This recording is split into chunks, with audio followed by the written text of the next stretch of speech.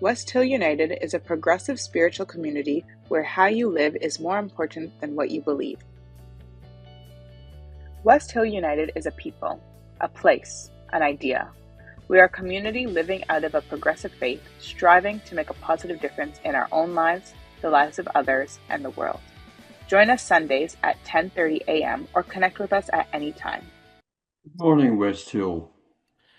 My name is John McKechnie, and today I'm welcoming you to the room, to those of you who are in the hall at Orchard Park Drive, and to those of you who are online on Zoom. A very warm welcome, and I welcome you from Cambridge, Ontario, where we are visiting our son and his family. So a very warm welcome. Today we are concluding our series on love and be loved. It's a Dream Away Sunday when we will be thinking about possibility and reflecting also not just on how we have experienced love, but what might yet lie ahead. We won't be ignoring the realities of the lives that we experience day to day and pretend that there are not bad times as well as good ones. We'll turn our attention to gratitude and acknowledge that just because we encounter grief, sadness, and difficulties of all sorts of kinds, doesn't mean that there aren't good things still there. They may just be obscured by the situations we find ourselves in. This is just one of the ways in which we seek to ground ourselves. And now moving on to our land acknowledgement. Since I'm in Cambridge, I thought I would look and see what the particular treaties are that affect this area. And what I've found so far, and this may not be complete, is that in Cambridge, Ontario, we are on the traditional territory of the Attawandaron, Anishinaabe, and the Haudenosaunee Confederacy nations. And these peoples have a treaty relating to the Haldimand Tract of 1784, a treaty granted between these nations and the British in 1784. And this treaty extends to 6 miles on either side of the Grand River.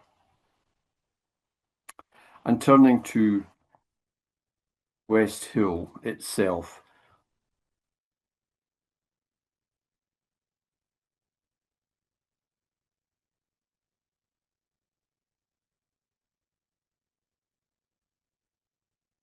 West Hill is located in Treaty 20 in the area of the Williams Treaties of 1923. These are the lands of the Mississaugas of the Credit First Nation and were previously occupied by the Seneca and Huron-Wendat First Nations. There are over 600 First Nations in Canada, which represent more than 50 distinct Indigenous languages across this country.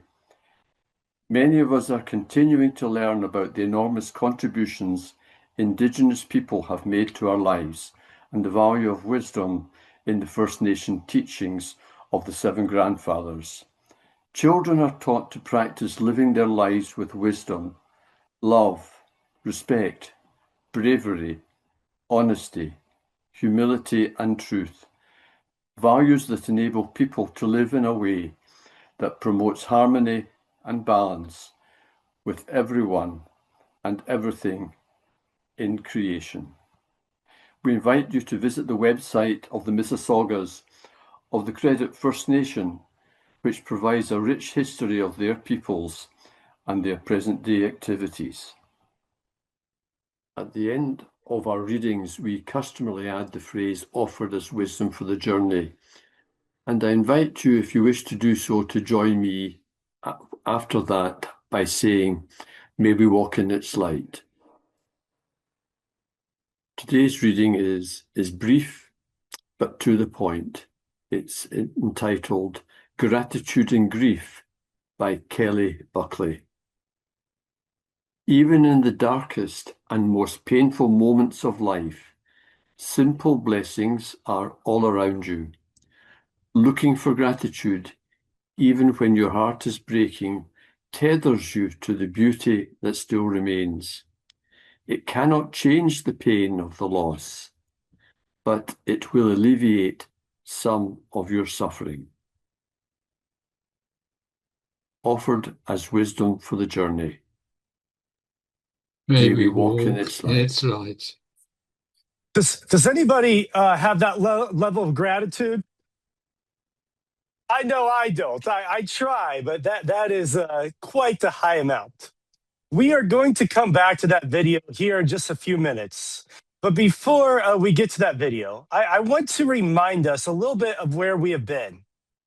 Our key value here at West Hill is simply to be guided by love.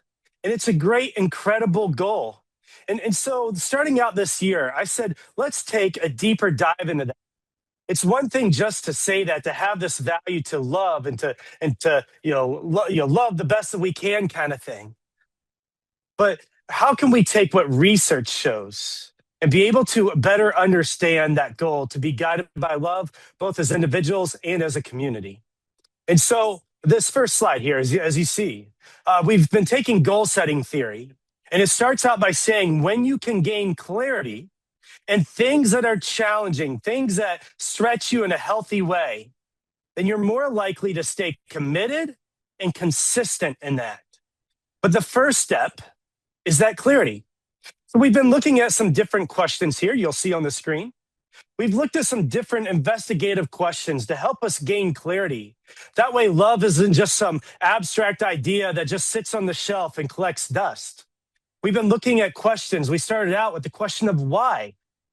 Why should we aim to love or be loved? And as we discovered, the research shows, for example, the Harvard study of adult development shows that to aim to live a loving life and to have loving relationships is the greatest predictor of well-being and life satisfaction. We've looked at other questions. When can we love? To look at our overall life and aim for what we want and what we need, but to actualize it every moment. And I could go through so many more of these, but the point is, each of these questions have been designed to help us to gain a better idea of what it means to live a loving life, both for ourselves and for others. Well, there's one last question that I want to end this series on. And the question is what? What can, or what have I gotten to love? And what can I love in the future? This is a question that I ask myself at the end of every day, as well as the end of every season of my life. For example, at the end of my week, the end of the month, the end of the year, I try to remind myself, what did I get to love? Just like that video there.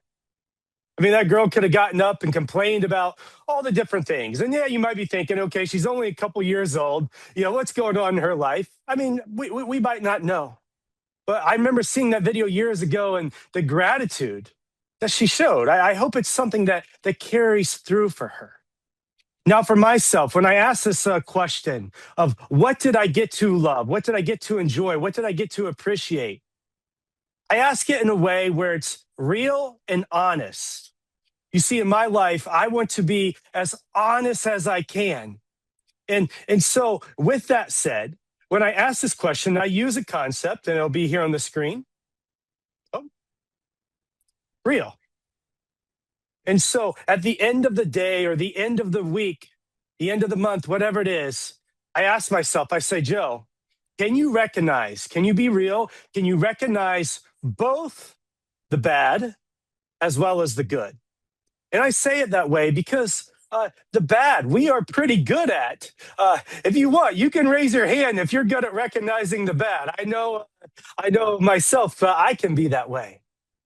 And the research shows that the majority of our thoughts can be negative. In fact, I've seen some research that shows 70 to 80% of our thoughts can be negative. And evolutionarily speaking, and for survival reasons, that has had benefits. I mean, imagine, people long ago, thousands or millions of years ago, and they're maybe sitting around a campfire at night and they hear a noise. It's probably good for their brain to be thinking of, what could that be? What is the threat? Is it, someone from another village or another tribe wanting, our land or resources? Is it a group of wild animals? What could it be? Our brains are constantly scanning, looking for potential threats to our survival. And it's good to recognize that. I don't want to come across this morning of, let's just have toxic positivity. Let's just pretend everything is good. Because as Martin has shared and John shared in the quotes and whatnot, there is pain. There is suffering. You can't have spring without some winter, right? So to recognize both the pain, but yet to also recognize and see the good. Because the truth of the matter is, as the research shows that our brains, we have this negativity bias, that we emphasize the negative, that there's so much good. And sometimes we can fail to recognize it. So I try to recognize both the good and the bad and to be real and to be honest, but then to evaluate it. What does this mean for me? When I look at what did I get to love, it's to evaluate and to see, and not just to see the good, but to also see, by love, I mean the things that I got to give care to, that I got to meet the needs of, to evaluate how am I in this? Because if my ultimate goal is to love and be loved, I have to evaluate what my needs as well as other people's needs are. But then I try, as I want to be real and honest, I turn it back to this thing of appreciation because I want to see the good. I want to train my mind to overcome that negativity bias and to see the good that can be all around us. Now, I'm going to jump ahead here to another slide. Here are some of the benefits of gratitude. And there's a lot here, but and I don't expect us to remember all these things, but just to see some of these benefits. And this is from the American Brain Foundation. So in this article in the American Brain Foundation, they says, gratitude helps you to develop a more positive mindset. This can lead to improvement in mood, but it also helps condition your brain to filter out negative ruminations. Now, notice as it doesn't say just to filter out the negative, because we want to be real and be honest. But it's the ruminations, it's the dwelling on where we can cause trouble, unnecessary trouble for ourselves. The next thing, gratitude reduces stress. It reduces levels of the stress hormone cortisol, which in turn benefits cardiac function. Some more things, gratitude reduces anxiety. Gratitude affects the amygdala, which regulates the SNS in our anxiety responses. Going on, gratitude can reduce depression because gratitude reduces stress hormones and manages automatic nervous system functions. It can help to significantly reduce depression symptoms. And one more slide. And by the way, I'm sharing a lot of these benefits. There were a lot that I didn't include in. So 2 more. Gratitude improves emotional resilience. Practicing gratitude can help you reduce future stress and rewire cognitive pathways so that you can better cope with emotions that arise from difficult circumstances. I want to spend just a second on that point, that benefit of gratitude there. It doesn't say, to cancel out all the bad that can happen, but it can improve that emotional resilience so that you can better cope, as it says at the bottom, so you can better cope with emotions that arise from those difficult circumstances. And then one last thing here. Gratitude helps with social bonding. Expressing appreciation enhances our connection to others. So I just want to take a second. I want to say I'm thankful for all of you. I'm thankful for all the things that people do, whether it's in front of people or behind the scenes. I know it's both. I'm thankful for all of it. And I see so many things that people are doing. And I want to be clear, it's not just through West Hill. It's living out the values that we seek to embody in all of our areas of our life, to be guided by love, to want that more than anything, to want good for ourselves as well as others. So I want to give that appreciation to all of you. And I really mean that. I've seen so many of you, whether it's in sharing time or just other conversations, speak up about justice, not just for yourself, but justice for other people. And as I've said before, justice is love in public, as Cornel West once said. Justice is the ultimate form of caring about your neighbor. And so I appreciate that. And I just want to just acknowledge the good that I see. And I really mean this. I remember. Sorry, I just dropped my tablet there on the ground. So if it's broken, I have to appreciate the life that it gave me in the couple years I've had it. So I'm going to pick it up here. I remember hearing about the community of West Hill even before I took the position with West Hill. And I had such appreciation for what West Hill has done and what they are currently doing. And then to be a part of things, it's just enhanced that even more. Once again, I want to say thank you with that. Now I'm going to go back to this concept of real here. So I'm going to go back a couple slides. So at the end of every day, and every week, every season of my life, every month, I say, Joe, let's be real. Let's be honest. And a lot of times when I do this, I go for a walk and I consider, okay, what was good? What was bad? Recognize it. Be honest, be real. Now evaluate it. But Joe, let's not forget the good. Yes, let's acknowledge that there has been pain, that there has been struggle, but let's not forget to see the good because there's so much. And then I choose to love it, to embrace it, to be grateful for it, to be thankful for it. So this morning, I'm going to continue this perspective in a few minutes, but before I do, I can't think of a better time to take a moment and to ask you, as it'll show here on the screen. Sorry, jumping around here on these slides this morning. To ask you, what have you gotten to love? And to go a little bit more in depth with this, what did you get to love, to appreciate, to enjoy? Whether it's this last season of your life or your life overall, or it could even be this last week or today. Basically, as it says, what are you grateful for? This morning, I want to go back to that video like I said I would. And here's what I want you to imagine. Think of that girl on the counter. Now think about, the possibility of maybe the day that she had because she started with some gratitude. And think about if she had started, crying and complaining about everything in her life to start her day. And of course, we don't know the exact day that she had.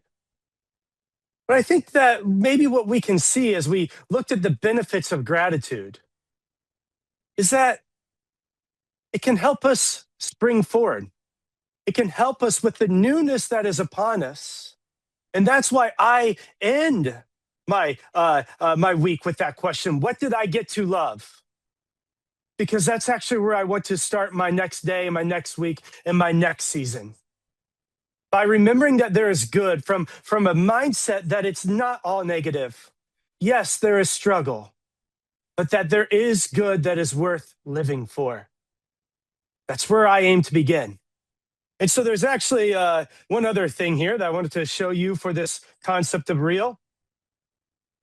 I just don't end it with this idea of what did I get to love? I say, how can I leverage this for what is next? How can I see the good that I got to experience as well as be excited for, despite what struggles might be? How can I be excited and leverage the good that I've already experienced for what might come? So it's actually a two-part question. We go to our next, I'll bring it up here. It's not just what did you get to love, but what do you look forward to loving? Once again, Not saying that there won't be pain and struggle. Not saying that there can't be difficult times. But if we can train our minds to better see the good, we're more likely to see the good as we move forward in this world. So in closing, maybe perhaps my invitation for us today, my encouragement, it's not to deny the hard, right? It's not to pretend that every season has been easy. In fact, it's not to force, as some can, some kind of positive or shallow positivity or toxic positivity. But it's for us to be as honest as we can, because wisdom starts with honesty, and we want to gain wisdom. So to be honest as we can, to tell the whole truth. Of course, yeah, there's been struggle. We all can think of times. And maybe, I don't know what everybody's going through. Maybe perhaps right now in your life, there is struggle. Yes, of course, there's been loss. And likewise, there are definitely things when we look back that we wish have gone differently. I think here's the interesting thing. As when we aim to love things, there's enough room in the concept of love to see both the good as well as the bad. And maybe that's where the beauty comes from. Loving isn't just to say, oh, I only want to see good, but it's to be honest and see the full picture. That's beautiful. To see that there's been goodness, to see that there's been something to appreciate, that there's something to love. Maybe that's a part of what it means to live well, to have a satisfying life. And so for us to be people who remember all that we've gotten to love, to savor it. One of my most practices I appreciate the most, to savor the good, to be grateful for it. And then to carry that gratitude with us into what comes next. Pun intended, what springs us forward. Because when we remember what we have gotten to love, we just don't honor that good. We're also preparing the soil for the future. We're becoming more open to what still might want and need to grow. We're becoming more open to what still might want to bloom. We're becoming more open to what we may yet get to love. But here's the thing. If you don't look for it, you might miss it. And what a shame to go all through life, to experience life, and to miss the beauty and the good, despite the pain that can be around us. Spring is here. Whatever this season might hold, may we be people who are real about the hard, yet are also awake and aware to the good, and ready for the new life that is still unfolding before us and within us. So as we leave and go our separate ways this Easter morning, I ask that we carry these two simple questions with us. To remember, to recall, to recognize. What did I, and also what did we as a collective, what have we gotten to love? And also, what can we look forward to loving? Because just as there has already been so much good that has happened, I just don't even want to say believe.